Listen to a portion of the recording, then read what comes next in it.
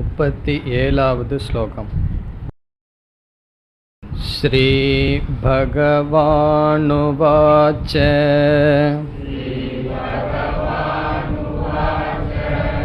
காம ஏஷ க்ரோத ஏஷக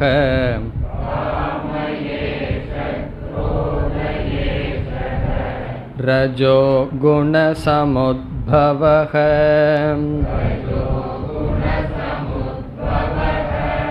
மகாஷனோ மகாபாப்மா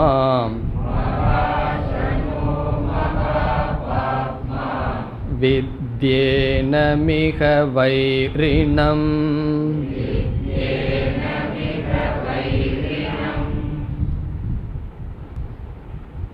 கர்மயோகத்தை பகவான் கூறி முடித்ததற்கு பிறகு அர்ஜுனன் ஒரு கேள்வியை கேட்டான்.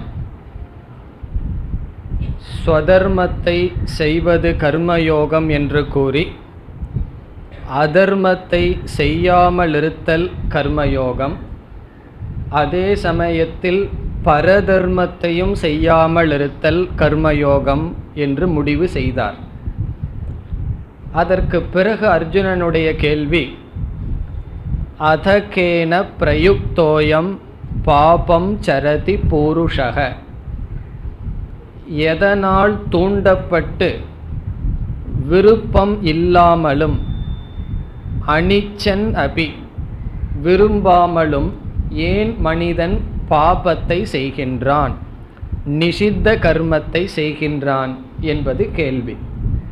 அதற்கு பகவானுடைய பதில் என்ன? காமக, ஆசை என்பது பதில். இந்த பதில் எப்படி பொருந்தும் என்று சென்ற வகுப்பில் விசாரம் செய்தோம்.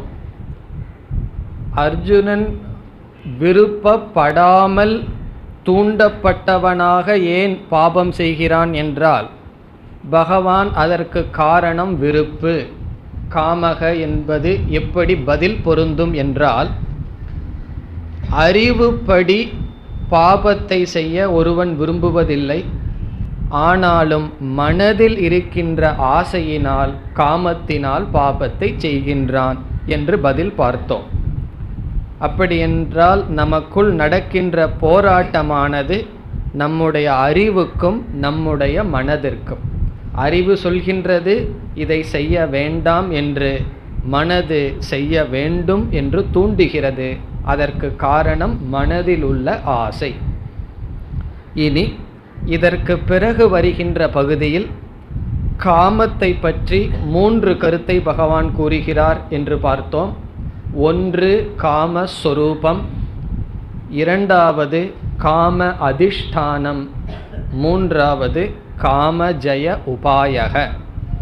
காமத்தினுடைய தன்மை என்ன, காமம் எந்த இடத்தில் இருக்கின்றது, அதை வெல்வதற்கான வழி என்ன, இந்த கருத்து வருகின்றது.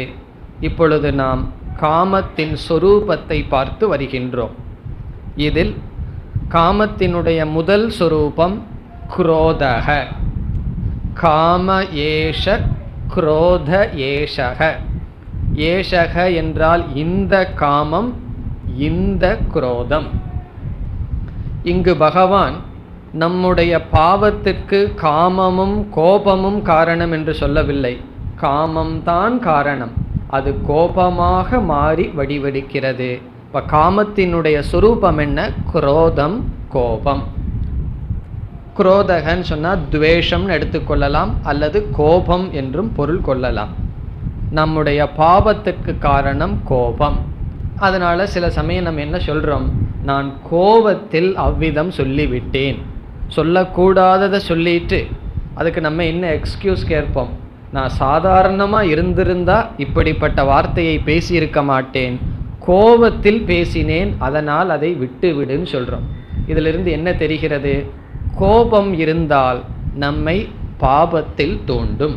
நம்ம எதை பேச விரும்பலையோ, நாம் பேசியனதை கொஞ்சம் புத்தி இருக்கும் பொழுது நம்மாலே கேட்கறதுக்கு விருப்பம் இல்லாததை நம்முடைய வாயிலிருந்தே வருவதற்கு காரணம் குரோதம். அது காமத்தினுடைய சொரூபம். எப்போ இந்த காமம் குரோதமாக மாறுகிறது? எப்பொழுது காமத்திற்கு தடை வருகிறதோ அப்பொழுது குரோதமாக மாறும்.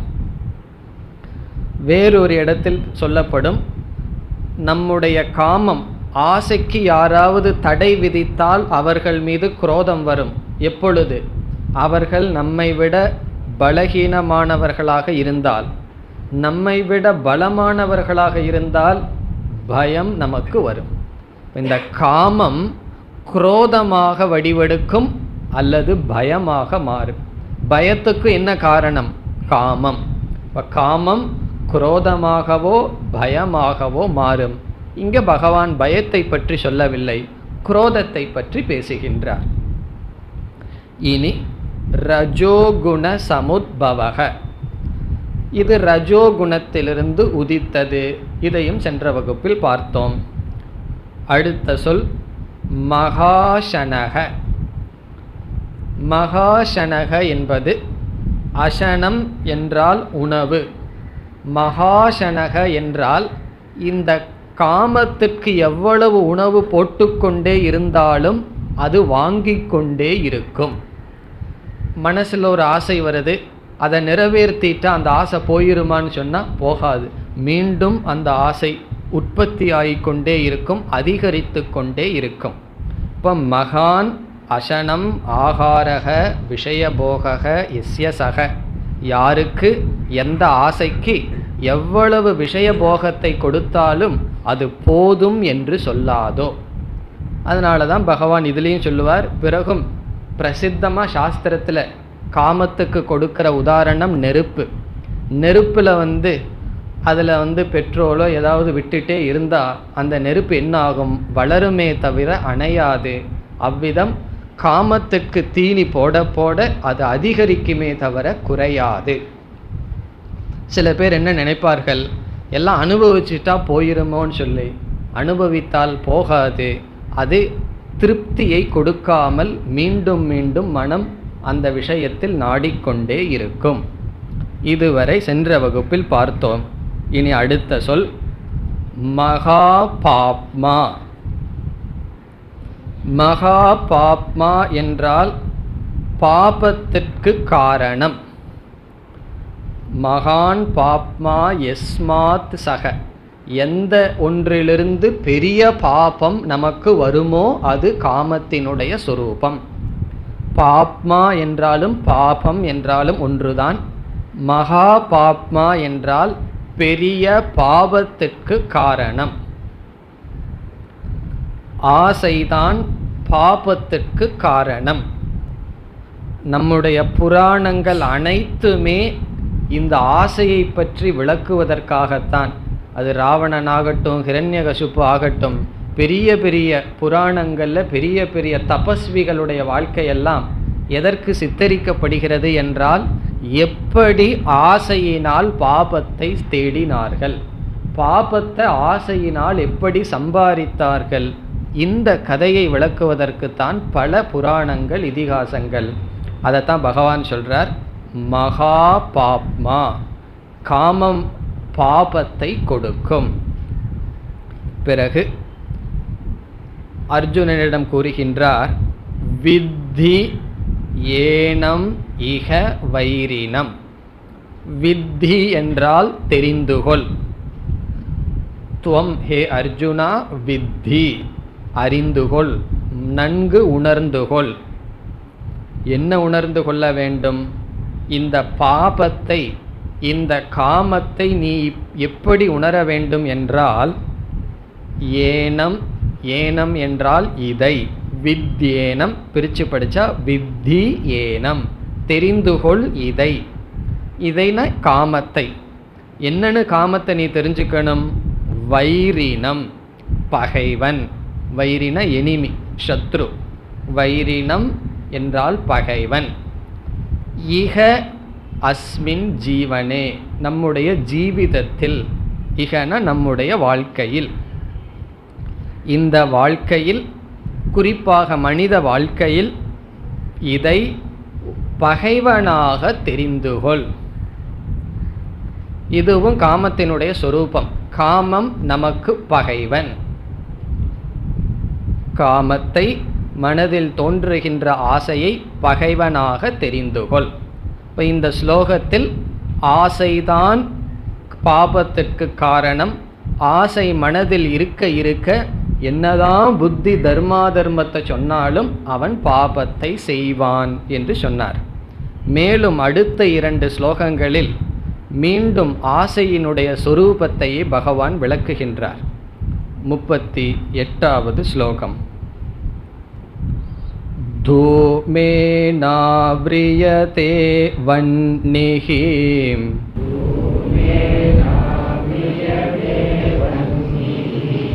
யதா தர்ஷோ மலேன ச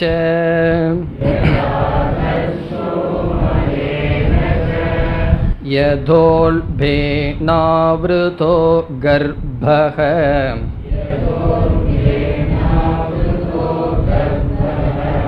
ததா தேனேதமாவ்ருதம்.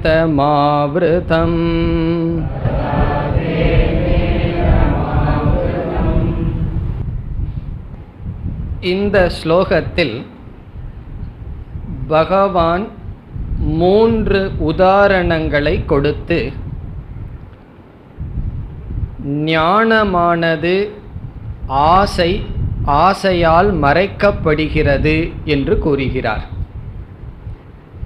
ஞானம் ஆசையினால் மறைக்கப்பட்டு இருக்கின்றது, அல்லது ஆசை ஞானத்தை மறைக்கின்றது என்று பகவான் கூறுகின்றார். அப்படி என்றால் ஆசையினுடைய இனியொரு சொரூபம் என்ன? ஞான ஆவரணம், ஞானத்தை மறைப்பது, அறிவை மறைப்பது ஆசை. மனதில் ஒரு ஆசை இருந்தால் நம்முடைய புத்தி, அறிவு மங்கிவிடும், அல்லது அறிவை மயக்கிவிடும், மோகத்தை கொடுத்துவிடும். எப்படி என்றால், மனம் சாதாரணமாக இருக்கின்ற நிலையில் புத்தி என்ன சொல்லும்? எது தர்மம் எது அதர்மம்னு தெளிவாக சொல்லும். மனதில் ஆசை அதிகரிக்க அதிகரிக்க புத்தி சொல்கிறத மனசு கேட்க விரும்பாது. என்ன செய்ய விரும்பும்? புத்தி சொல்லட்டும், நான் இதை செய்ய விரும்புகிறேன்னு மனசு செய்ய போகும். ஆனாலும் மனதுக்கு ஒரு பயம், தயக்கம் இருக்கும். ஏன்னா புத்தி துணை புரிய மாட்டேங்குதே. இதை செய்ய போகும்போதெல்லாம் புத்தி என்ன சொல்லுது? நீ இதை செய்யக்கூடாது, செய்யறையே, செய்யக்கூடாது, செய்யறையேன்னு சொல்லி புத்தி சொல்லிகிட்டே இருக்குமே. அப்போ இந்த மனது என்ன பண்ணுமா? இந்த ஆசை புத்தியில் இருக்கிற சக்தியையே இழக்க வைத்து, என்ன சக்தி? இது சரி இது தவறுங்கிற சக்தியையே இழக்க வைத்து புத்தியை தன் வசத்துக்கு உருவாக்கிவிடும். அப்போ புத்தி என்ன சொல்ல ஆரம்பிச்சிடும்? இப்படித்தான் செய்ய வேண்டும்னு புத்தியையே சொல்ல வைத்து விடும். எது? ஆசை அல்லது காமம். இப்போ முதல்ல புத்தி காமத்தினுடைய பக்கம் போகாது. புத்தி சரியாக ஒழுங்காக தான் வேலை செஞ்சிட்டு இருக்கும். இது சரி இது தப்புன்னு சொல்லிகிட்டு இருக்கும்.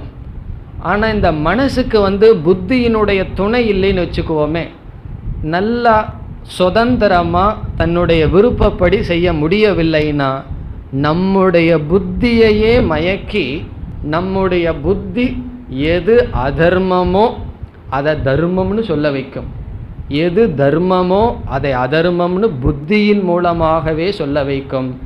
இது ஆசையினுடைய சொரூபம். இது எங்கே நடந்ததுன்னா இங்கே அர்ஜுனனுடைய புத்தியிலேயே நடந்த விஷயம். முதலில் வந்தான் அர்ஜுனன். என்ன அறிவோடு வந்தான்? ஸ்தாபய, என்னுடைய ரதத்தை கொண்டு போய் நிறுத்து, பகைவர்களையெல்லாம் நான் பார்க்கணுங்கிற எவ்வளவு தெளிவான அறிவோடு வந்தான். க்ஷத்ரிய தர்மத்தை நான் பின்பற்றணும்னு வந்தான். பீஷ்மர் துரோணரை பார்த்தான். ஆசை அதிகரிக்க அதிகரிக்க அவன் முதலாவது அத்தியாயத்தில் பகவானிடம் ஆர்குமெண்ட், வாதம் செய்ய ஆரம்பித்து விட்டான். இதெல்லாம் அதர்மம், நாம் செய்யக்கூடாது என்று. இப்போ அர்ஜுனனுடைய மனசில் என்ன நடந்தது? ஆசையானது புத்தியை மறைத்து விட்டது. இப்போ புத்தியை மறைச்சு அந்த புத்தி மனசிற்கு தகுந்தாற்போல் பேச ஆரம்பித்து விட்டது. அதனால தான் ஒருவர் ரொம்ப ஆசைவசப்பட்டிருந்தால் அவரிடம் போய் அறிவுரையே சொல்லக்கூடாது. காரணம் என்ன? அவருடைய புத்தி ஆசையினுடைய வசத்தில் இருக்கின்றது. புத்தி அதனுடைய தன்மையை இழந்து விட்டது. அவருடைய புத்தி ஸ்வய சிந்தனையை இழந்து விட்டது. ஒரு வழியும் கிடையாது. அதற்கு முன்னாடி ஏதாவது உபதேசம் பண்ணி இருக்கணும். அதனால தான் பெருசாகி உபதேசம் யாருக்கும் பண்ண முடியாது. சின்ன வயசுலேயே குழந்தைகளுக்கு கொடுக்க வேண்டியதெல்லாம் கொடுத்துடணும். கொடுக்கலன்னு சொன்னால் ஆசை திருடமாகிவிட்டால் அந்த ஆசை புத்தியினுடைய சக்தியை நாசப்படுத்திவிடும், அறிவை மறைத்து விடும். அதுதான் இந்த ஸ்லோகத்தினுடைய சாரம். ஆசை புத்தியை மறைக்கின்றது, அறிவை இழக்க வைக்கின்றது. எப்படி ஆசையானது புத்தியை மறைக்கின்றது? 3 உதாரணங்கள் பகவான் கொடுக்கிறார்.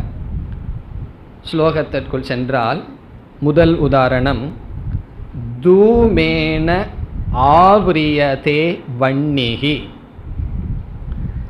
வன்னிகி என்றால் நெருப்பு, அக்னிகி. தூமேன புகையினால், ஸ்மோக் புகையினால், ஆவ்ரியதே எப்படி மூடப்பட்டு இருக்கின்றதோ. வன்னியானது நெருப்பானது புகையினால் எப்படி மூடப்பட்டு இருக்கின்றதோ. இதெல்லாம் நமக்கு இப்போ தெரியாது. எல்லாம் கேஸ் ஸ்டவ் வந்தாச்சே. அந்த காலத்துல எல்லாம் சமையல் கட்டில் அப்படி தான் இருக்கும். நெருப்பே தெரியாமல் நெருப்பு முழுவதும் புகையினால் மூடப்பட்டு இருக்கும். அல்லது யக்ஞசாலையில் போனால் நம்ம பார்க்கலாம், புகையினால் நெருப்பானது மூடப்பட்டு இருப்பது போல். இரண்டாவது உதாரணம், யதா ஆதர்ஷக. ஆதர்ஷக என்றால் முகம் பார்க்கின்ற கண்ணாடி, மிரர், ஸ்பெக்ஸ் கிடையாது, முகம் பார்க்கின்ற கண்ணாடி. ஆதர்ஷக மலேனச்ச அழுக்கினால், மலேன அழுக்கு, டஸ்ட், ஆவ்ரியத்தைன்னு சேர்த்திக்கணும். கண்ணாடியானது அழுக்கினால் மூடப்பட்டு இருக்கின்றதோ. இதுக்கு உதாரணம்னா ரயில்வே ஸ்டேஷனில் போய் ட்ரெயினில் இருக்கிற கண்ணாடியை பார்த்தா தெரியும், முகமே தெரியாது, அவ்வளோ தூரம் குப்பையினால் அழுக்கினால் மூடப்பட்டு இருக்கும். இந்தியன் ரயில்வே கண்ணாடி. ஆதர்ஷகன கண்ணாடி, முகம் பார்க்கின்ற கண்ணாடி, மலேன அழுக்கினால் மூடப்பட்டு இருக்கும்.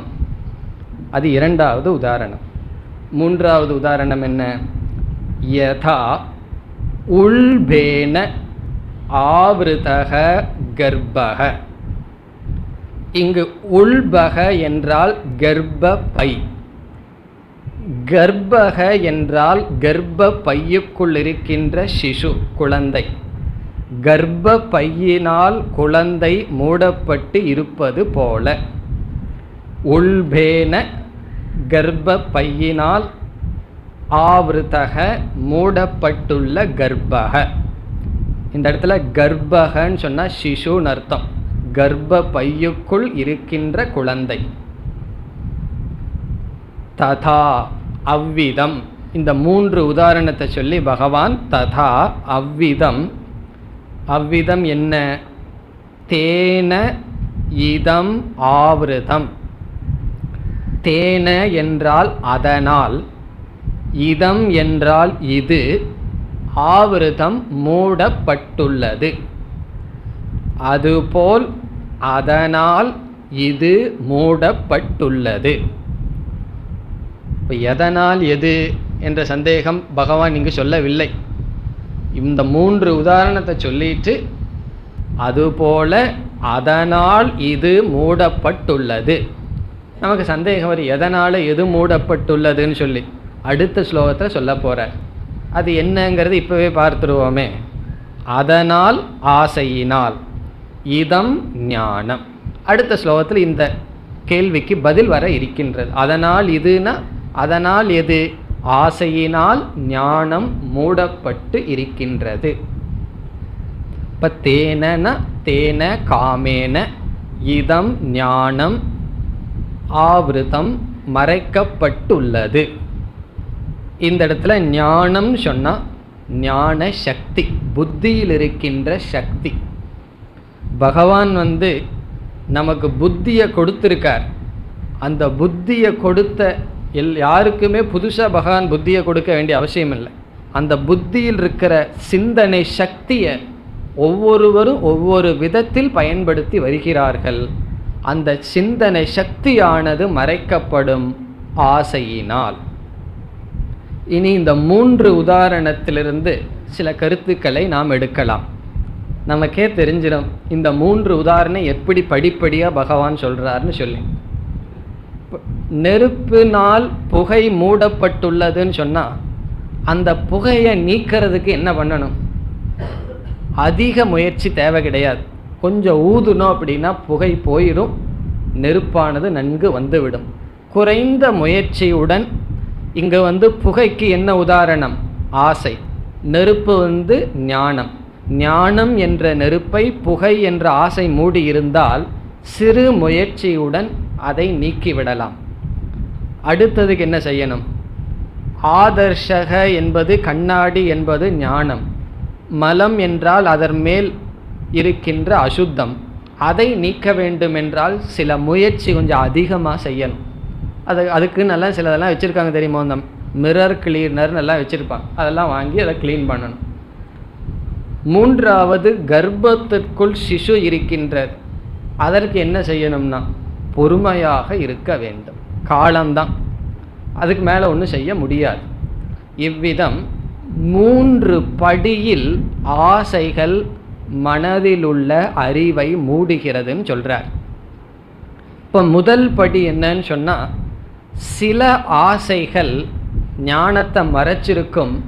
அந்த ஆசையை நீக்கிறதுக்கு கொஞ்சம் எஃபர்ட் இருந்தால் போதும்.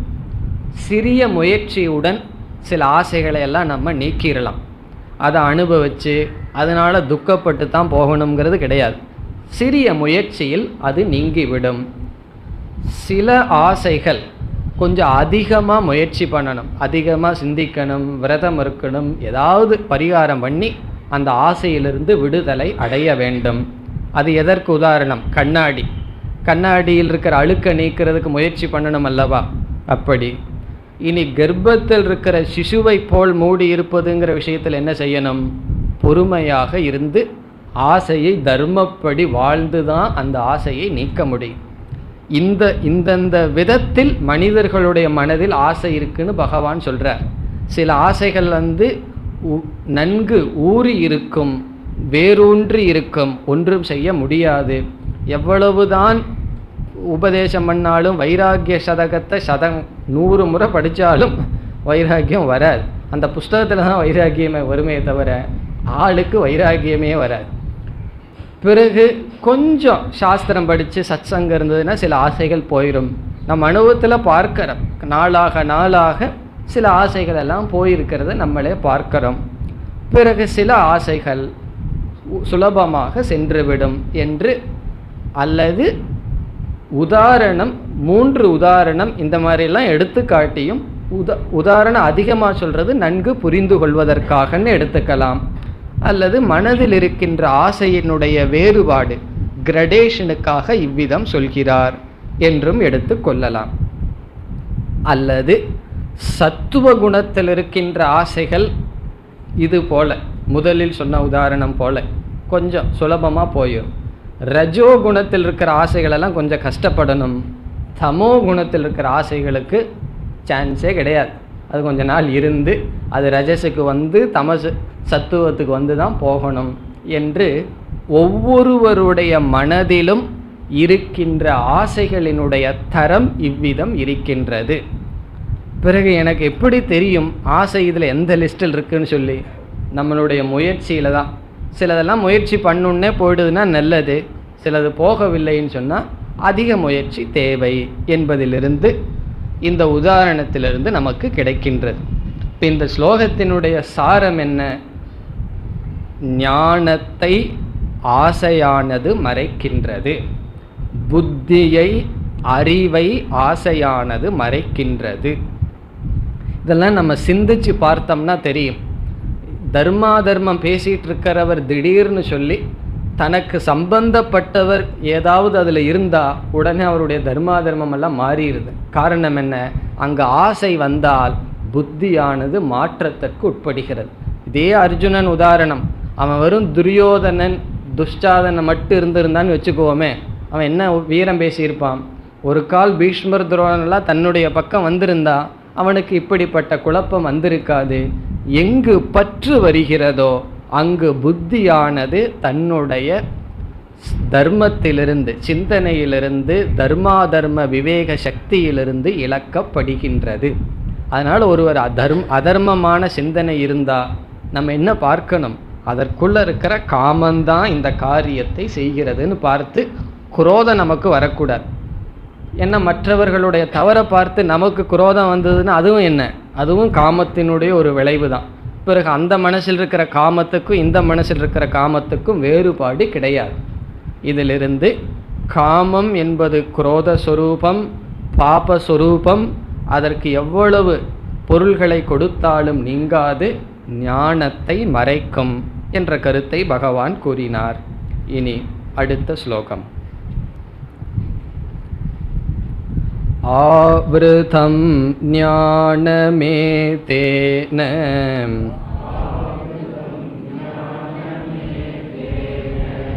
ஞானினோ நித்யவைரிணாம்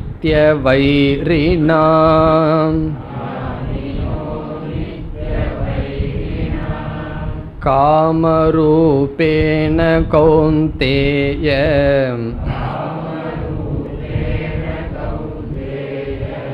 துஷ்பூரேணானலேன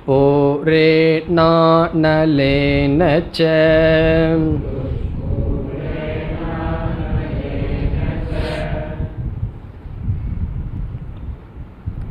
சென்ற ஸ்லோகத்தில் அதனால் இது மறைக்கப்பட்டுள்ளதுன்னு சொன்னார். அதை இங்கு பகவான் விளக்குகின்றார். எதனால் எது மறைக்கப்படுகிறது? தேன இதம் ஆவிருதம், அதனுடைய விளக்கம் இந்த ஸ்லோகம். அதனால் இது மறைக்கப்பட்டுள்ளது. நம்ம ஏற்கனவே பார்த்தோம், ஆசையினால் காமத்தினால் ஞானமானது மறைக்கப்பட்டுள்ளது. அதை கூறுகிறார். ஆவிருதம் ஞானம், ஞானமானது மறைக்கப்பட்டுள்ளது. ஆவிருதம்னா மறைக்கப்பட்டுள்ளது, பாசிவ் வாய்ஸ். ஏதேன இதனால், இதனால்னா காமத்தினால்னு பகவான் இங்கு சொல்ல போறார். என்ன முன்ன என்ன சொன்னார்? அதனால்னு சொன்னார். அதனால் இது மறைக்கப்பட்டது. இங்கே என்ன சொல்றார்? இதனால் காமம் ஆசை ஞானம் மறைக்கப்பட்டுள்ளது. இதனால்னா என்ன? ஆசையினால்னு இந்த ஸ்லோகத்திலேயே சொல்கிறார். ஏதேன இதனால். பிறகு இந்த ஞானத்திற்கு இந்த காமத்திற்கு மீண்டும் ஒரு லட்சணம் சொன்னதையே பகவான் சொல்றார். ஞானினக நித்திய வைரினா. ஞானினக என்றால் ஞானியினுடைய, நித்திய வைரினா, நித்தியம்னா என்றுமே, வைரி என்றால் பகைவன், என்றுமே பகைவனாக இருக்கின்ற ஆசையினால். இப்போ நித்திய வைரினாங்கிறது காமேன, காமத்தினால் என்பதற்கு அடைமொழி. ஏற்கனவே வைரி பகைவன் சொன்னார், அதை மீண்டும் பகவான் சொல்ல விரும்புகின்றார். அதாவது காமத்தை நம்முடைய பகைவன்னு புரிந்து கொள்ள வேண்டும்ங்கிற கருத்தை பகவான் மீண்டும் மீண்டும் சொல்கிறார். நித்திய வைரினா, என்றும், நித்தியம்னா ஒரு நாள் அல்ல, எப்பொழுதுமே பகைவன். யாருக்கு? ஞானினக, ஞானிக்கு.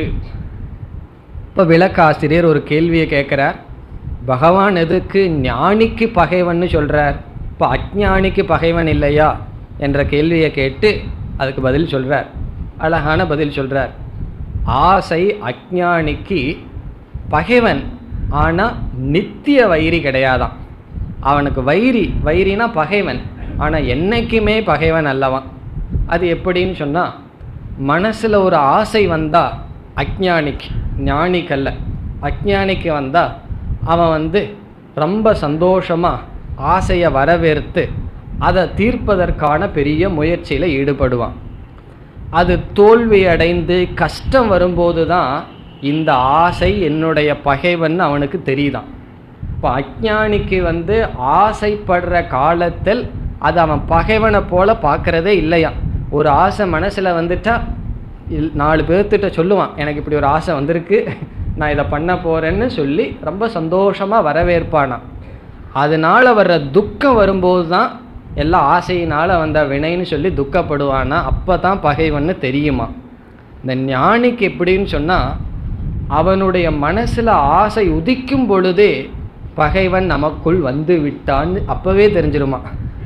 ஆசை உதிக்க உதிக்கவே இவன் என்னுடைய பகைவன்னு புரிந்து கொண்டானாம் என்று ஆசை உதிக்கின்ற காலத்திலேயே பகைமையை பார்ப்பவன் ஞானி.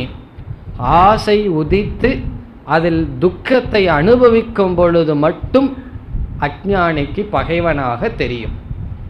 இப்போ ராவணனுக்கு மனசில் இருக்கிற ஆசை எப்போ பகைவன்னு தெரிஞ்சதுன்னா, போர்க்களத்தில் எல்லாம் இழந்து சாக போகும்போது தான் தெரிஞ்சது. ஒரு சின்ன ஆசைப்படாமல் இருந்திருந்தால் இவ்வளோ நஷ்டம் இல்லையேன்னு சொல்லி. இப்போ அஞ்ஞானிக்கு எப்பொழுது தெரிகிறது? நஷ்டம் வருகின்ற காலத்தில் மட்டும் ஆசை பகைமை சொரூபம்ங்கிறது தெரிகிறது. நம்ம ஏற்கனவே பார்த்துருக்கோம், சதிருஷம் சேஷ்டதே ஸ்வஸ்யாகாங்கிற இடத்துல உள்ளிருக்கிற சம்ஸ்காரத்தினால் ராகத்வேஷங்கள் மனதிற்குள் வருவதில் சாய்ஸ் கிடையாது. அதை அவன் செயல்படுத்துவதில்லைன்னு நம்ம பார்த்துருக்கோம். அதனால் சில சமயங்களில் நமக்குள் சில குரோத விருத்திகள் வரலாம், ஆசை வரலாம், அது தவறு கிடையாது. ஆனால் வந்தவுடன் விழித்து கொள்ள வேண்டும், ஜாக்கிரதையாக இருக்கணும். அது ஒரு ஞானி ஒரு உதாரணம் சொல்லுவார். நம்ம வீட்டில் டெரஸில் ஏதாவது காய போட்டிருக்கிறோன்னு வச்சுக்கோமே, இந்த வடாமெல்லாம் போடுவீங்கல்லவா, இல்லை காய போட்டிருக்கும்போது காக்கை வராமல் பார்த்துக்கணும். என்ன காக்கை எதாவது தூக்கிட்டு போயிடக்கூடாது. அப்போது ஒருவரை உட்கார வச்சுட்டு காக்கை வராமல் பார்த்துக்கோன்னு சொல்லிடணும். அவர் என்ன பண்ணுவார், ஒரு சின்ன குழந்தைய உட்கார வச்சுருக்கோம்னு வச்சுக்கோமே, காக்கை வராமல் பார்த்துக்கணும். இந்த காகமானது அதற்கு மேலே பறந்துட்டு போயிட்டுருக்கிற வரைக்கும் டேஞ்சர் கிடையாது. எப்போ டேஞ்சர்னா, அது ஒரு இடத்துல உட்கார்ந்ததுன்னு சொன்னால் அப்போ தான் அது ஆபத்தே ஆரம்பிக்குது. அப்போது மேலே காக்கை பறந்துட்டு இருக்கும்போது அதுக்காக ஒரு எஃபர்ட்டும் பண்ண வேண்டாம், பேசாமல் உட்காந்து பார்த்துட்டு இருக்கலாம். அது அந்த இடத்துல உட்கார்ந்ததுன்னு சொன்னால் என்ன பண்ணணும், குச்சியை எடுத்துகிட்டு போகணும், போய் அதை உட்காராமல் பார்த்துக்கணும். சாதாரண உதாரணம். இதே போல் மனசுக்குள்ளே ஆசை அப்படியே வந்து போகலாமா, அது மனசில் உட்கார்ந்துடக்கூடாதான். காகை போல் அப்படியே மனசுக்குள்ளே ஆசை, ஒரு பொருளை பார்க்குறோம் நல்லா இருக்குது, அதோடு போயிடணும். நல்லா இருக்குது நல்லா இருக்குது நல்லா இருக்குன்னு அது உட்கார்ந்துடுதுன்னு அர்த்தம். எத்தனையோ பொருளை பார்த்துட்ருக்கோம், நல்லா இருக்கு, அப்ரிஷியேட், தூரத்தில் இருக்கிற வரைக்கும் நல்லா இருக்கு, அப்படியே விட்டுட்டு போயிடணும். அது நல்லா இருக்குன்னு 10 முறை சொல்லிட்டோம்னு வச்சுக்கோமே, நமக்குள்ளே உட்கார்ந்தாச்சுன்னு அர்த்தம். இப்போ எந்த ஆசை வேணாலும் மனசில் வரலாம். காக்கை பறந்துட்டுருக்கிறது போல் அது அமருகிறதுன்னு சொன்னால் டேஞ்சர். அது நமக்கு தெரியாமல் மெதுவாக அந்த பையன் கொஞ்சம் வேடிக்கை பார்க்கும்போது ஒன்று அடிச்சுட்டு போயிடும். அதே போல் நம்ம கவனமில்லாமல் இருப்போம், அப்போ நம்மை மறக்க வைத்து விடும், அறிவை ஆசையானது நீக்கிவிடும். அதனால தான் இங்கே நித்திய வைரிங்கிறதுக்கு இந்த விசேஷம் இருக்குன்னு ஒரு ஆசிரியர் சொல்கிறார். ஞானிக்கு மனசில் ஆசை தோன்றும் பொழுதே ஒரு பகைவன் விட்டான் அப்படின்னு அவனுக்கு தெரியுதான். அஞ்ஞானிக்கு எப்போ தெரியுதான், உதவாங்கும்போது தான் தெரியுது. எல்லாம் ஆசைப்பட்டு அவமானப்பட்டு கடைசியில் அடடே ஆசைப்படாமல் இருந்திருந்தா இதெல்லாம் இல்லையே. அப்போ கடைசியில் பகைவன்.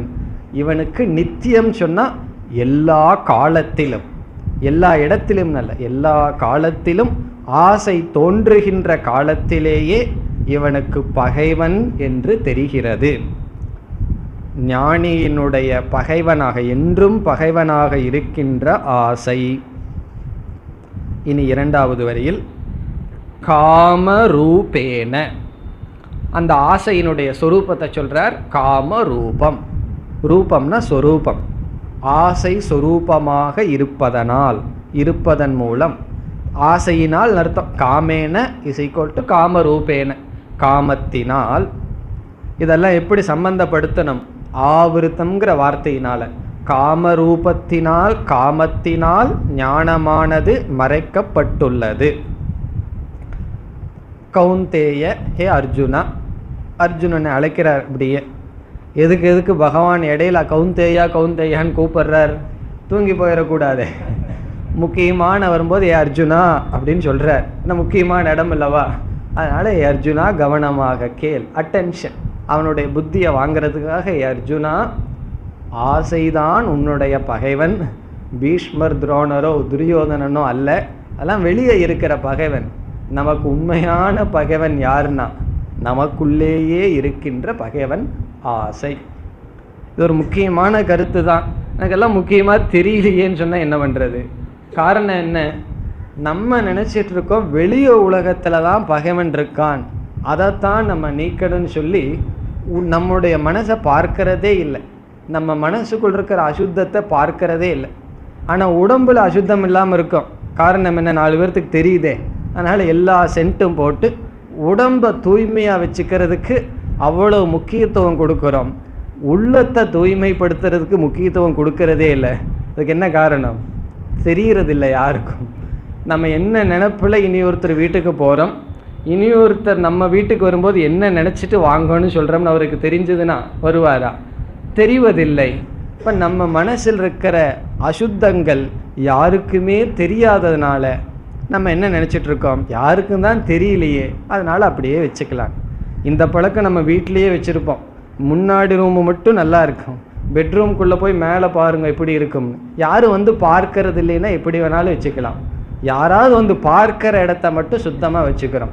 ஸ்தூல சரீரம் 4 பேர் பார்க்குற இடம் தூய்மையாக வச்சுக்கிறோம். அதுவும் கூட சில பேர் தூய்மையாக வச்சுக்கிறது இல்லை, அதை வச்சுக்கணும். சூக்ஷ்ம சரீரம்ங்கிறது பார்க்காட்டியும் நம்ம பார்த்துட்டு இருக்கிறோமே, ஆகவே தூய்மையாக இருக்க வேண்டும். அந்த சூக்ஷ்ம சரீரத்துக்குள்ள இருக்கிற பகைவன் தான் காமம், ஆசை. பிறகு மீண்டும் பகவான் சொல்றார், இந்த ஆசையை பூர்த்தி பண்ண முடியுமா? இந்த ஆசைக்கான பொருள்களை கொடுத்து கொடுத்து ஆசையை வந்து தீர்க்க முடியுமானா முடியாதுன்னு சொல்றார். துஷ்பூரேன, துஷ்பூரகன்னு சொன்னால் அதை வந்து பூர்த்தி செய்ய முடியாது, திருப்திப்படுத்த முடியாது. துஷ்பூரேன, துஷ்பூரம் சொன்னால் அந்த ஆசைக்கு முடிவே கிடையாது. நம்ம எதை அடைந்தாலும் அதற்கு மேல் அடைவது இந்த பிரபஞ்சத்தில் இருக்கு. அது இந்த உலகத்தினுடைய ஒரு தத்துவம். நம்ம எதை அடைஞ்சாலும் வாழ்க்கையில் நீங்கள் எதை வேணாலும் அடையலாம். அடைந்தால் அதற்கு மேல் அடைவது இருக்கு. நான் அமெரிக்காவுக்கு பிரசிடெண்ட் ஆகணும்னு ஒரு ஆசை வந்ததுன்னு வச்சுக்கோமே, ஆயிரலாம். அதுக்கப்புறம் ரஷ்யா இருக்கே. இப்படி எதை அடைந்தாலும் அதற்கு மேல் அடைவது ஒன்று இருக்கின்றது. இது வந்து இந்த உலகத்தினுடைய சொரூபம். இதை வந்து சாதிஷயம் என்று சொல்வார்கள். சாதிஷயம்னா எதை அடைஞ்சாலும் அதற்கு மேல் அடைவது இருக்கின்றது. எந்த சுகத்திலும் சுகத்தினுடைய எட்ஜ் முடிவு கிடையாது. அப்படி இருக்கும் பொழுது ஆசைக்கும் முடிவு கிடையாது. அப்படின்னா ஆசை இருந்துகிட்டே இருக்குமா? பகவான் சொல்ல போகிறார், இந்த ஆசை எப்படி முடிக்கலாம், அது கடைசியில் சொல்லி இந்த அத்தியாயத்தை முடிக்க போகிறார். இப்போ ஆசைக்கு முடிவே இல்லைன்னு சொன்னால் எதுக்கு இவ்வளோ கஷ்டப்பட்டு உபதேசம் பண்ணணும், கேட்கணும்? ஆசைக்கு முடிவு இருக்கின்றது. எப்படி முடிவு இல்லை? அதை அனுபவிக்கிறதுனால முடிவு இல்லை. அதுக்கு ஒரு உபாயம் சொல்கிறார். அதன்படி போனால் ஆசைக்கு முடிவு உண்டு. துஷ்பூரேன்னு சொன்னால் அனுபவிச்சு அனுபவிச்சு ஆசையை தீர்க்க முடியாது. அதையும் நம்ம அனுபவத்தில் பார்க்குறோம். ஒரு 4 பல்லு முளைச்சதுலேருந்து முறுக்கு சாப்பிட ஆரம்பிச்சிருப்போமா? 70 வயசில் முறுக்கு சாப்பிட ஆசை போயிருக்கா? போகிறதில்லை. அது எப்படி தெரியுதுன்னு சொன்னால், இந்த வெத்தலையெல்லாம் போட்டு எல்லாம் நறுக்குவாங்க தெரியுமா? அதற்குள்ள முறுக்கை போட்டு அதை இடித்து சாப்பிட்ற அளவுக்கு சில பேர் பண்ணுகிறார்கள். பல்லு வந்து நமக்கு என்னைக்கு விழுகுதோ அன்னைக்கே பகவான் என்ன இண்டிகேஷன் கொடுக்குறாருன்னா, எதெல்லாம் கடித்து சாப்பிட முடியாதோ அதெல்லாம் சாப்பிடாத, அதெல்லாம் உடம்புக்கு ஆகாதுங்கிற இண்டிகேஷன். நம்ம கடித்து சாப்பிட்றத சாப்பிடக்கூடாதுன்னு பகவான் சொல்லிட்டார். அதுக்காக தான் பல்லு போச்சுன்னு சொன்னால் வயிற்றுலையும் கடித்து சாப்பிட்றது உள்ளே போனால் ஜெரிக்காதுன்னு வயசாகிடுதுன்னு அர்த்தம். அதெல்லாம் நம்ம மீறிட்டு, அதனால தான் புதுசாக பல்லு வச்சிடறோம். ஆனால் வயிற்றை மாற்றிடுறோமா? மாற்றலை. பல்லை வச்சு முறுக்க சாப்பிட்றோம். அதனால தான் எல்லா நோயும் வருது. பகவானுடைய திட்டத்துக்கே மாறி நம்ம பயன்படுத்திகிட்டு இருக்கோம். அப்படி இது எதற்கு சொல்கிறேன்னா, இந்த ஆசை இருக்கே போகிறதில்லை. ஆச்சரியமாக இருக்குது. சில பேர் முறுக்கு சாப்பிட்றத பார்க்கும்போது நான் அதை தான் பார்த்துட்ருப்பேன். அவங்க எப்படி சாப்பிடுகிறார்கள், அது ஒரு பெரிய ஆச்சரியமான விஷயம். இத்தனை வருஷம் சாப்பிட்ட முறுக்கு இன்னும் போகலையா? அது மட்டும் இல்லை, என்னோட ரிஷிகேஷுக்கு ஒருத்தர் வந்திருந்தார். அங்கே வந்து ஒரு 7 நாள் தான் அவர் இருந்து திரும்பணும். திரும்பறதுக்கு 2 நாளைக்கு முன்னாடி என்னுடைய ரூம்குள்ளே வந்தார். அவருடைய முகம் பூரா பல்லு, அவ்வளோ தூரம் சிரிச்சிட்டு வந்தார். எனக்கு ஒரே ஆச்சரியம், என்ன அப்படி ஒரு பெரிய விஷயம் இங்கே நடந்துடுது, இவ்வளோ சந்தோஷமாக வர்றாருன்னு. 7வது நாள் அவர் திரும்புகிற அன்னைக்கு ஒரு நாள் முன்னாடி வந்து சொல்கிறார், சுவாமிஜி இன்னைக்கு ஆசிரமத்தில் இட்லி போட்டாங்கன்னு சொன்னார். இந்த தமிழ்நாட்டில் இட்லியை சாப்பிட்டு சாப்பிட்டு ஒரு 7 நாள் சாப்பிடலை. 7 நாளைக்கு அப்புறம் இட்லி கிடைக்கிது. அவருக்கு வயசு ஒரு 50 இருக்கும். இப்போ 45 வருஷமாக இட்லி சாப்பிட்டு 7 நாள் சாப்பிடாமல் கிடைச்சதுன்னா அதில் ஒரு ஆனந்தம்னா இதுதான் ஆசையினுடைய சொரூபம். துஷ்பூரேன, இந்த ஸ்லோகத்துக்கெல்லாம் அதெல்லாம் தான் உதாரணம். துஷ்பூரேன, எவ்வளோ இட்லி சாப்பிட்ருப்போம், எவ்வளோ டன் இட்லி நம்ம சாப்பிட்ருப்போம்.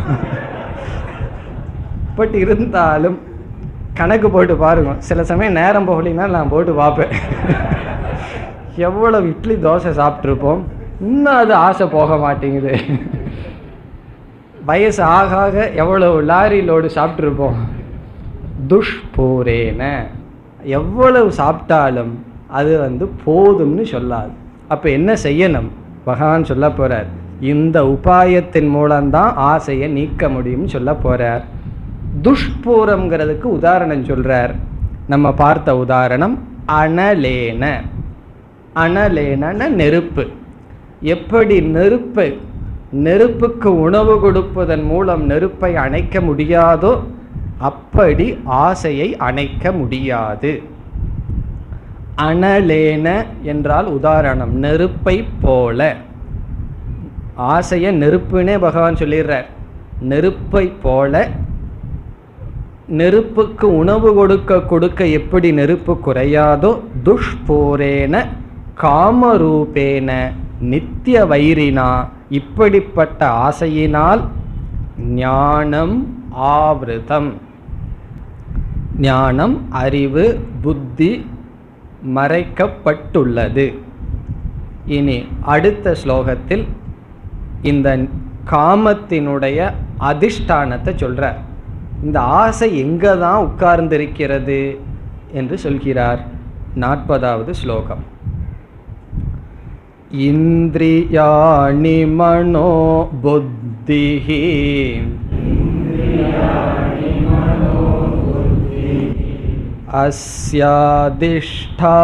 அஸ்யாதிஷ்டானமுச்யதே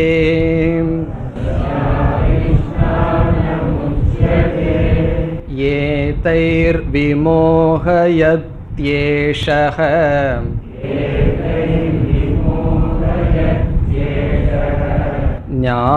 ஞானமாவ்ருத்ய தேஹினம்.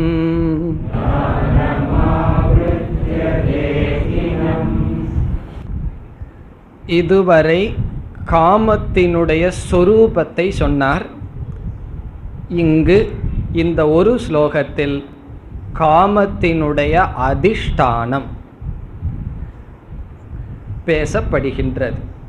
அதிஷ்டானம்னா எந்த இடத்துல ஆசையானது தங்கி இருக்கின்றது. ஒரு பகைவன்னு சொன்னா பகைவனை வெல்லுவது முதலில் பகைவனுடைய இருப்பிடத்தை தெரிந்து கொள்ள வேண்டும். பகைவனுடைய இருப்பிடத்தை தெரிஞ்சிட்டோன்னு சொன்னா அடுத்ததான் பகைவனை சந்திச்சு வெல்ல முடியும். ஆசை பகவான் பகைவன்னு சொல்லிட்டார்னா இந்த ஆசை எங்கு இருக்கின்றது அதை கண்டுபிடிக்க வேண்டும். அதை இங்கு பகவான் சொல்றார். இது ஏன் பகவான் சொல்றார்? நம்ம தப்பா நினைச்சிட்டு இருக்கோம். ஆசையினுடைய இருப்பிடம் எங்குன்னு நம்ம நினைச்சிட்டு இருக்கோம், விஷயத்தில் இருக்கின்றதுன்னு நினைச்சிட்டு இருக்கோம். காரணம் என்ன? அந்த பொருள் தான் என்ன அட்ராக்ட் பண்ணுது, அதுதான் என்னை இழுக்கிறது, அதனால அங்கதான் ஆசை இருக்குன்னு நினைக்கிறோம். பகவான் சொல்றார், அங்கு எந்த பொருளிலும் ஆசைங்கிறது கிடையாது. அதாவது ஆகர்ஷணம், அட்ராக்ட் பண்ற சக்தி எந்த பொருள்லையும் கிடையாது. அப்படி இருந்ததுன்னு வச்சுக்குவோமே, அந்த பொருளை யாரெல்லாம் பார்க்கிறோமோ, யாரெல்லாம் பார்க்கிறார்களோ அவர்களை அந்த பொருள் ஈர்க்கணும். இப்போ ஒரு ட்ரெஸ்ஸு கடையில் தொங்கிட்டு இருக்குன்னு வச்சுக்கோமே, அந்த ட்ரெஸ்ஸு என்னை இழுக்கிறதுன்னு சொன்னால் யார் போனாலும் அந்த ட்ரெஸ்ஸை அட்ராக்ட் பண்ணணும். அப்படி இல்லையே, சில பேர்த்துக்கு தானே அப்படி இருக்கின்றது. இதிலிருந்து எந்த பொருளும் ஒருவரை கவர்கின்ற சக்தி கிடையாது. பிறகு இதற்கு காரணம் என்ன? ஆசையினுடைய இருப்பிடம் என்ன? இங்கு சொல்கின்றார், 3 இடத்தை சொல்றார். இந்திரியாணி, இந்திரியங்கள் காமத்தினுடைய இருப்பிடம். இந்திரியங்கள்னா நம்முடைய மெய், வாய், கண், மூக்கு, செவி என்கின்ற 5 இந்திரியங்கள். இந்திரியங்கள்லேயே காமம் இருக்கு, ஆசை இருக்கின்றது. பிறகு வேற எங்க இருக்கு? மனக, மனதில், நம்முடைய மனதில் தான் ஆசை இருக்கின்றது. பிறகு புத்தி, புத்தியிலையும் கூட ஆசை இருக்குன்னு சொல்றார் பகவான். நம்முடைய மனம், நம்முடைய புத்தி, இந்திரியங்கள். சுருக்கமாக சொன்னால் சூக்ஷ்ம சரீரம், நம்முடைய சூக்ஷ்ம சரீரத்தில் தான் ஆசை இருக்கின்றது. அஸ்ய அதிஷ்டானம் உச்சதே. அஸ்ய காமஸ்ய, காமத்தினுடைய அதிஷ்டானம், அதிஷ்டானம்னா இருப்பிடம், உச்சதே சொல்லப்படுகின்றது. யாரால் சொல்லப்படுகிறது? பகவானே சொல்லல, நான் சொல்றேன்னு. இந்த காமத்தினுடைய இருப்பிடத்தை கண்டுபிடித்த யோகிகளினால் சொல்லப்படுகின்றது. எல்லாம் சிந்தனையின் மூலமாக கண்டுபிடித்தவர்கள் இவ்விதம் கூறுகிறார்கள். ஞானிகளினால் சொல்லப்படுகிறது. என்ன சொல்லப்படுகிறது? இந்த 3 தான் காமத்தினுடைய அதிஷ்டானம். அதிஷ்டானம்னா இருப்பிடம், தங்குகின்ற இடம். அஸ்ய காமஸ்ய, இதனுடைய அர்த்தம் என்ன? நம்முடைய மனம், சூக்ஷ்ம சரீரம் இருக்கின்றது, அதற்குள்ளேதான் காமம் இருக்கின்றது. இந்த காமத்தை நீக்குவதற்கு அதே மனசு தான், அதே புத்தி தான் உபாயம். அதே மனசுக்குள்ள புத்திக்குள்ளதான் காமம் இருக்கின்றது. அதனால தான் கஷ்டமாக இருக்கு. ஏன்னா அதுக்குள்ளேயே 2 இருக்கே. பகைவனும் இருக்கின்றான், அதை நீக்குவதற்கான உபாயம் அங்கே தான் இருக்க போகின்றது. இப்போ இந்திரியம், மனம், புத்தி காமத்தினுடைய அதிஷ்டானம்னு பகவான் சொல்வதனுடைய சாரம் என்ன என்று இப்பொழுது பார்க்கலாம். ஏற்கனவே பகவான் சொல்லியிருக்கார், ஒவ்வொரு ஜீவனுக்குள் சம்ஸ்காரம் என்பது இருக்கின்றதுன்னு சொன்னார். சதுருசம் சேஷ்டதே ஸ்வஸ்யாஹா பிரகிருதேஹே. அவரவர்களுக்கு அவரவர்களினுடைய பிரகிருதி என்று ஒன்று இருக்கிறது. ஒவ்வொருத்தருக்கும் ஒவ்வொரு நேச்சர் இருக்குன்னு முதல்ல புரிஞ்சுக்கணும். இதை நம்ம புரிந்து கொண்டால்தான் யாரையும் நம்முடைய நேச்சர் படி மாற்றணும்னு முயற்சி பண்ண மாட்டோம். நமக்கு எல்லாம் என்ன ஆசைன்னா, நம்ம என்ன நினைக்கிறோமோ விரும்புகிறோமோ அதுதான் மற்றவர்களும் விரும்பணும்னு நினைக்கிறோம். அப்படி இருக்கக்கூடாது. அவரவர்களுக்கு அவரவர்களுக்குரிய பிரகிருதி இருக்கின்றது. அந்த பிரகிருதியினுடைய விளைவாக மனதில் ராகத்வேஷங்கள் வெளிப்படுகிறது. ரொம்ப சூக்ஷ்மமான ராகத்வேஷங்கள். யோக சாஸ்திரத்தில் மனசை பற்றி அதிக விசாரம் செய்யப்பட்டுள்ளது. இந்த சைக்காலஜிலையெல்லாம் நம்ம ஃபங்க்ஷனிங் மைண்டை தான் விசாரம் பண்ணுவார்கள். என்ன மைண்டு ஒர்க் பண்ணிகிட்ருக்கோ அதில் தான் விசாரம் பண்ணுவார்கள். அதுவும் தப்பான சாஸ்திரம் அல்ல. எல்லாம் சிந்திச்சு டேட்டா எல்லாம் எடுத்து சரியான முடிவுக்குத்தான் வருவார்கள். ஆனால் யோக சாஸ்திரத்தில் உள் மனது அந்தளவுக்கு சென்று விசாரம் செய்வார்கள். அதை அன்கான்சியஸ் என்று சொல்வார்கள். இதைத்தான் கஷாயம், மனதிற்குள் இருக்கின்ற சம்ஸ்காரம், அந்த அளவுக்கு சென்றார்கள். அதனால் சைக்காலஜிலேயும் நம்ம சாஸ்திரம் எவ்வளோ அட்வான்ஸாக போயிருக்கோ அவ்வளோ போயாச்சு. இதில் மனதில் இருக்கின்ற சம்ஸ்காரங்கள் வெளிப்படுகிறது. வெளிப்பட்டவுடன் அது ராகத்வேஷமாக வெளிப்படும் பொழுது இந்த உலகத்தில் இருக்கின்ற சில பொருள்கள் மனசிற்கு எப்படி போகிறது என்றால் இந்திரியங்கள் வழியாகத்தான். இப்போ இந்திரியங்கள் வழியாக மனமானது வெளியுள்ள பொருள்கள் மீது சம்பந்தம் வைக்கின்றது. இப்போ இந்திரியங்கள் வழி, இந்திரியங்கள்ங்கிற துவாரம், கேட். மனசு இந்திரியங்கள் வழியாக போய் எத்தனையோ பொருளை பார்க்குது. எத்தனையோ பொருளை பார்த்தாலும் எந்த பொருளை பற்றி மனசு பிடிக்கும்னு சொன்னால் இந்த சம்ஸ்காரம். சம்ஸ்காரம் எப்படி இருக்கோ அதற்கு தகுந்தாற்போல் அந்த பொருளை மனதானது பற்றி கொள்கிறது. அந்த பொருளில் மனசுக்கு ஆசை வருகின்றது. அதற்கு காரணம் என்ன? இந்திரியம், மனம், புத்தி இவைகளெல்லாம் சேர்ந்து சம்ஸ்காரத்துடன் சேர்ந்து செயல்படும் பொழுது வெளியிருக்கின்ற பொருள்களினுடைய ஆசை, பொருள்கள் ஆசையாக மனதில் வருகிறது. இந்த ஆசைக்கு இனியொரு கருத்து தெரிஞ்சுக்கணும். ஆசைக்கு என்னைக்குமே விஷயம் வெளியே இருக்கிற பொருள்கள் தான், நமக்கு அப்பாற்பட்டுள்ள பொருள்கள். ஆசை ஆசைன்னா உனக்கு எதில் ஆசைன்னு கேட்போம். ஏதாவது பொருள்கள், மனிதர்களை பற்றி சொல்லுவோம். இப்போ வெளியிருக்கிற பொருள்கள் மனதிற்குள் எப்படி சென்றுள்ளதுன்னு சொன்னால் எல்லா பொருள்களும் ரெஜிஸ்டர் ஆகுது. கண்ணு வழியாக பார்த்தோம்னா எத்தனையோ பொருளை பார்க்கிறோம். எல்லா பொருளும் இந்திரியங்கள் வழியாக உள்ளே சென்றாலும் உள்ளிருக்கிற ராகத்வேஷத்தின் அடிப்படையில் மனம் அந்தந்த பொருளை பற்றி இருக்கிறது. ஆகவே பொருள்களை உள்ளே தள்ளுவதற்கு இந்திரியம் காரணமாக இருப்பதனால், பிறகு ஒரு இந்திரிய, சில இந்திரியங்கள் சில பொருள்களில் பற்று வைப்பதற்கு ராகம் காரணமாக இருப்பதனால் பகவான் சொல்றார் இந்திரியங்கள் அதிஷ்டானமாக இருக்கின்றது. இதனுடைய கருத்தை பகவான் உபாயத்தை சொல்லும்போது தான் நல்லா புரியும். இந்த காமத்தை ஜெயம் செய்வதற்கு உபாயம் சொல்லுவார், இந்திரிய கட்டுப்பாடுன்னு சொல்லுவார். அப்பொழுது நமக்கு புரியும் இந்திரியங்கள் காமத்திற்கு அதிஷ்டானம் இடம். எல்லோருக்கும் ஒரே இந்திரியம்தான், ஆனால் ஒவ்வொருவருக்கும் ஒவ்வொரு இந்திரியத்தில் பலகீனம் இருக்கின்றது. அதற்கு காரணம் சம்ஸ்காரமும். அந்த காமம் ஸ்டே பண்ணுறதுக்கு இடம் இந்திரியம். பிறகு நம்முடைய மனம். நம்முடைய மனசில் எப்படி காமம் இருக்கின்றது என்றால் சங்கல்பத்தினால். ஒரு பொருளை பார்த்துட்டு அதை மீண்டும் மீண்டும் நினைப்பதனால் சங்கல்பத்தினால் மனம். புத்தியில் எப்படின்னு சொன்னால் இந்த மனமானது புத்தியை மயக்கி அந்த பொருள் நமக்கு தேவைன்னு முடிவு பண்ண வச்சிடும். அது உண்மையிலேயே தேவையில்லை.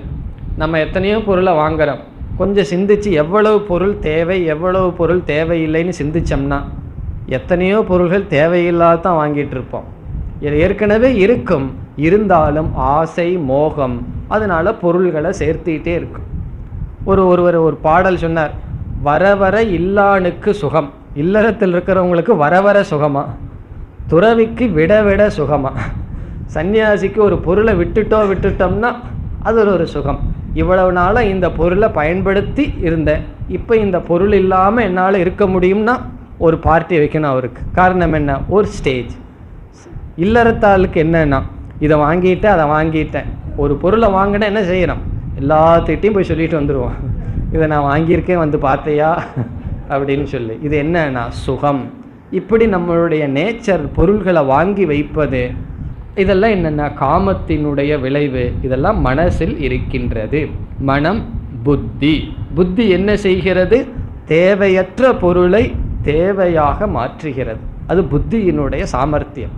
நல்ல புத்தி அல்ல, புத்தியினுடைய சாமர்த்தியம். தேவையற்றது தேவையானதாக காட்டுகிறது. இதெல்லாம் ஏன் செய்யுதுன்னா அதான் காமத்தினுடைய இருப்பிடமாக இருப்பதனால். இந்திரியங்கள், மனம், புத்தி இந்த இடத்தில்தான் ஆசையானது தங்கி இருக்கின்றது. பிறகு என்ன பண்ணுதான் இங்கே தங்கிட்டு ஆசை? ஏதைஹி விமோகயதி. ஏதைஹி என்றால் இந்த இந்திரியங்களுடன் கூடிய ஆசையானது. ஏதைஹி இவைகளுடன், இந்திரியம், மனம், புத்தி, இந்த அதிஷ்டானம், இந்த இடத்தில் தங்கிக் கொண்டிருக்கின்ற ஆசையானது விமோகயதி, ஒருத்தனை மோகத்திற்குள் உட்படுத்துகின்றது. விமோகயதினா, மோகயதின்னு சொன்னாவே போதும். விமோகயதினா விவிதம், விதவிதமாக மோகத்திற்குள் உட்படுத்துகின்றது. யார்? ஏஷக. ஏஷகங்கிறது காமக. இந்த ஆசை. இந்த ஆசையானது இந்த இடத்தில் தங்கிக் கொண்டு ஒருவனை மோகத்தில் உட்படுத்துகின்றது. இந்த அதிஷ்டானத்தை ஏன் பகவான் சொன்னார்னு சொன்னா, உபாயத்தை சொல்லும்போது நன்கு புரியும். இந்த இடத்துல தான் நமக்கு சாதனை இருக்கு, இந்திரியத்திலையும் மனசிலையும் தான் சாதனை இருக்கின்றது. இப்போ இந்த இடத்தில் இருந்து கொண்டிருக்கின்ற ஆசை ஒருவனை மோகத்திற்குள் உண்டாக்குகின்றது. யாரை? கடைசி சொல் தேகினம். தேகினம்ங்கிறது கடைசி சொல். தேகினம்னா ஜீவாத்மாவை, தேகத்தை உடைய ஜீவாத்மாவை மோகத்திற்குள் உட்படுத்துகின்றது. எது? இந்த ஆசை. ஒருவன் ஏன் மோகத்தில் வீழ்ந்து விட்டான்? ஞானம் ஆவிருத்திய, அறிவை மறைத்து. ஞானம்னா அறிவு, ஆவிருத்திய என்றால் மறைத்து. அறிவை மறைத்து ஒருத்தனை மோகத்திற்குள் வீழ்த்துகின்றது. யாரை? தேகினம், ஜீவாத்மாவை, ஒரு ஜீவனை. யார்? ஏஷக காமக. இந்த காமம் ஒருவனை நாசப்படுத்துகின்றது. இப்போ ஒருவனுடைய வாழ்க்கை நல்லா போயிட்டுருக்கு, திடீர்னு அவனுடைய வாழ்க்கை வழி மாறி போயிடுறான்னு வச்சுக்கோமே, அதை அப்படியே ட்ரேஸ் பண்ணிட்டு வந்தால் ஒரு ஆசையில் போய் முடியும். இதுக்கு ஆசைப்பட்டேன், அதுக்காக முயற்சி பண்ணேன், அதற்காக முயற்சி பண்ணேன்னு போய் கடைசியில் எங்கே இருப்பார்? பாதாளத்தில் இருப்பார். அப்படி பாதாளத்தில் போகிறதுக்கு ஆரம்பத்தில் என்னன்னா, ஒரு சிறிய ஆசை, அதை கொஞ்சம் அலட்சியமாக விட்டிருப்பார், கவனம் இல்லாமல் விட்டிருப்பார். அவருடைய வாழ்க்கை முழுமையாக நாசத்தை அடைந்து விடும். முழுமையாக நாசத்தை அடையும்னா என்ன? ஒரு பிரயோஜனம் இல்லாமல் அவருக்கும் மற்றவர்களுக்கும் அவருடைய வாழ்க்கை பயனற்றதாக போகும்.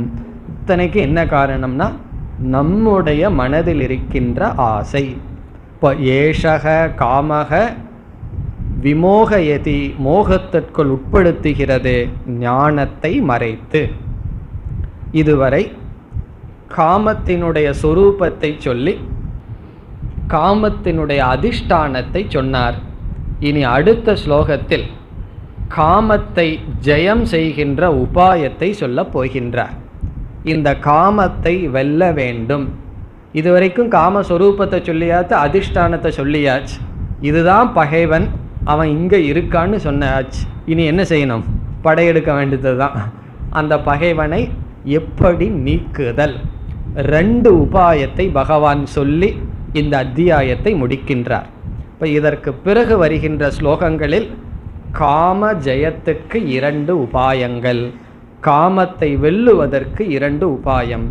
அவை அடுத்த வகுப்பில் பார்க்கலாம்.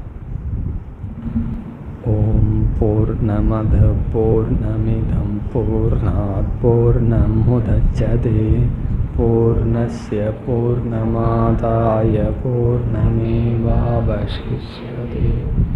ஓம் சாந்தி சாந்தி சாந்தி.